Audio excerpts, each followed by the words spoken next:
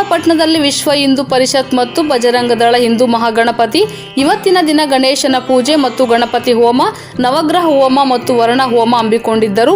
ಇದರಲ್ಲಿ ನೂರಾರು ಭಕ್ತಾದಿಗಳು ತೀರ್ಥ ಮತ್ತು ಪ್ರಸಾದ ತೆಗೆದುಕೊಂಡು ಗಣೇಶನ ಕೃಪೆಗೆ ಪಾತ್ರರಾದರು.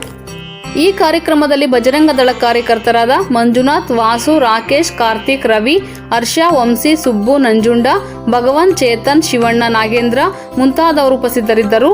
ಹಾಗೂ ಮಂಜಣ್ಣ ಮತ್ತು ಡಾಕ್ಟರ್ ಮಲ್ಲೇಶ್ ರವರು ಇದ್ದರು. ವರದಿ ಮಾರುತಿ, ಎಂಎಸ್ ಮೀಡಿಯಾ.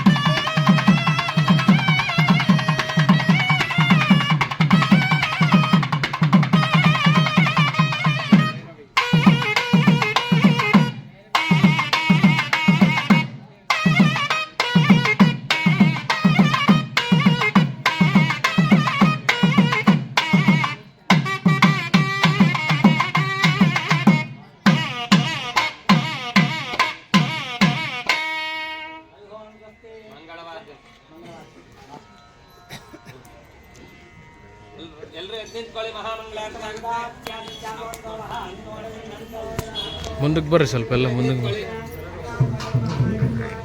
ಬರ್ರಿ, ಮುಂದಕ್ಕೆ ಬರ್ರಿ.